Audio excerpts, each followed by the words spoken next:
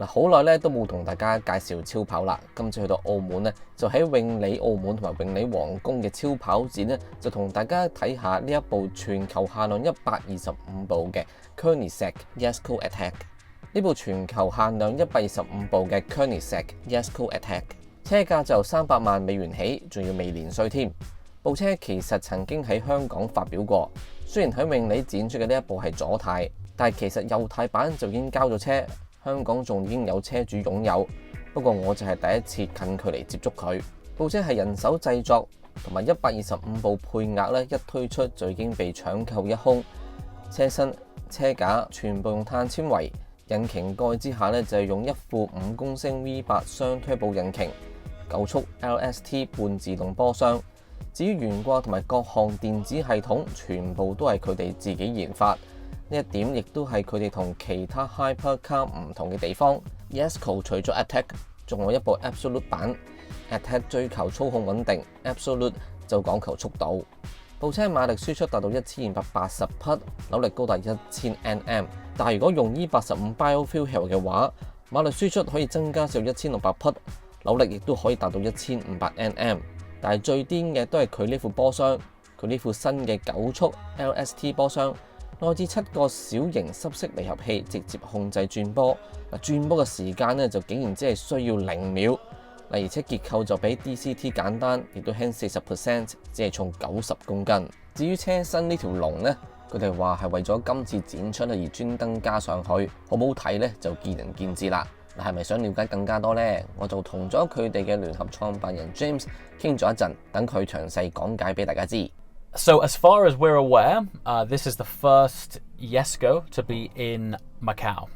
This car has actually come from our London Koenigsegg dealership, which is in Kensington. They are only making 125 of these cars worldwide. It has a twin turbocharged V8 engine, an automatic gearbox, which on this car is very special because it's called an LST gearbox, which is short for light speed transmission. And actually the correct term for this gearbox might actually be a clutch box because it swaps clutch sets rather than changing conventional gears. It's got 9 gears. You can change gear either on the shifter here, keep it in automatic, or on the paddle shifters. The impressive thing about this car is it's capable of 1,600 horsepower, and this version is a little bit more focused for track driving.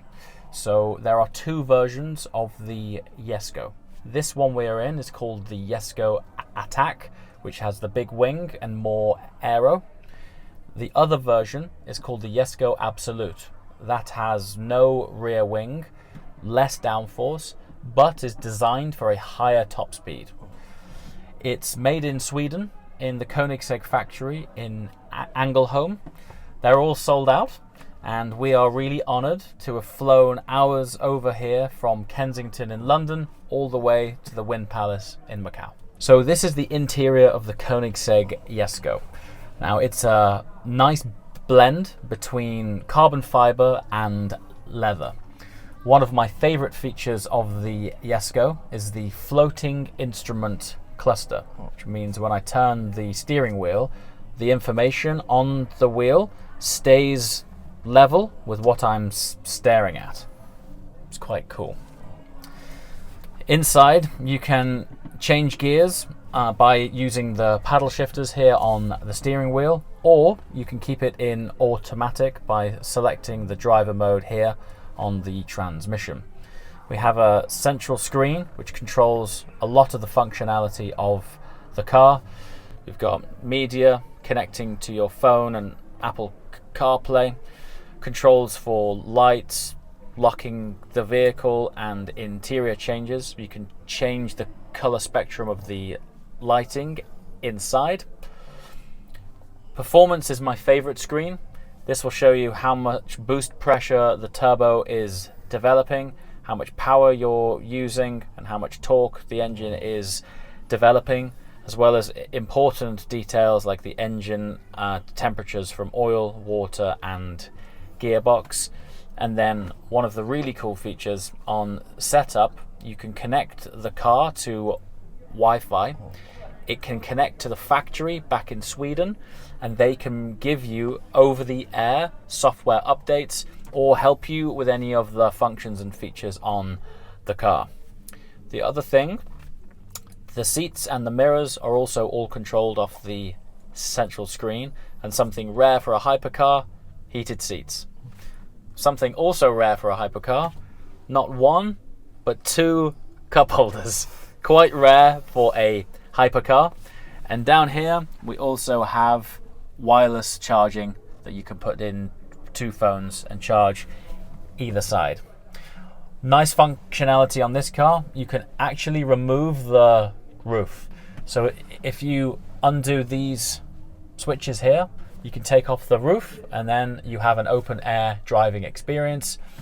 And these seats, ultra lightweight. They're really thin, all made of carbon fiber, and you can customize any of the colors and interior in here. So you can have Alcantara, different colored leathers, different stitching. If you want something personal, embroidered, you can have it on the headrest or potentially on the dashboard. And one of the coolest things has to be the dihedral synchro helix doors, which are actuated by the press of a button here, and it'll open up to the rest of the world.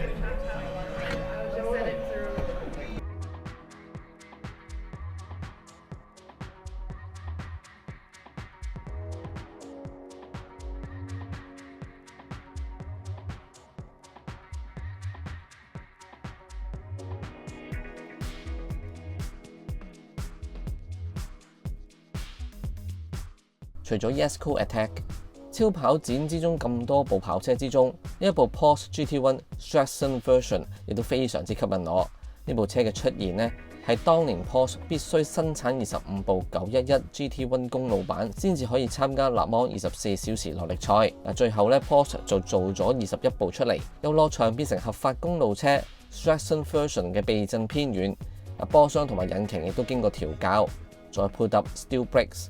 中置 3.2 公升雙 turbo 水平對向6缸引擎，可以輸出544匹馬力，每小時0到100公里加速呢，只係需要 3.7 秒。呢部車係 Porsche 喺耐力賽遺留落嚟嘅歷史印記，而且展出嘅呢一部保養極好，值得大家去朝聖。今次嘅永利超跑展呢，其實就已經係第2屆，而且陣容呢就比以前更加之強勁啊！一共有30部嘅極品超跑真品參展，總價值呢就超過15億港元啊！除咗片之中介紹嘅呢2部，仲有 Pagani Huayra、Apollo Project Evo， 但係呢2部嘅身價呢就已經超過2500萬港元。另外仲有首次喺亞洲展出嘅 的厲害之處 P72， 全球限量72部。部車工藝級數相當之高，大家可以當佢係一部藝術等級嘅超跑去欣賞。呢次嘅超跑展日期就去到10月31號。如果大家去開澳門，不妨去永利澳門同埋永利皇宮參觀一下。我哋下一條片再見。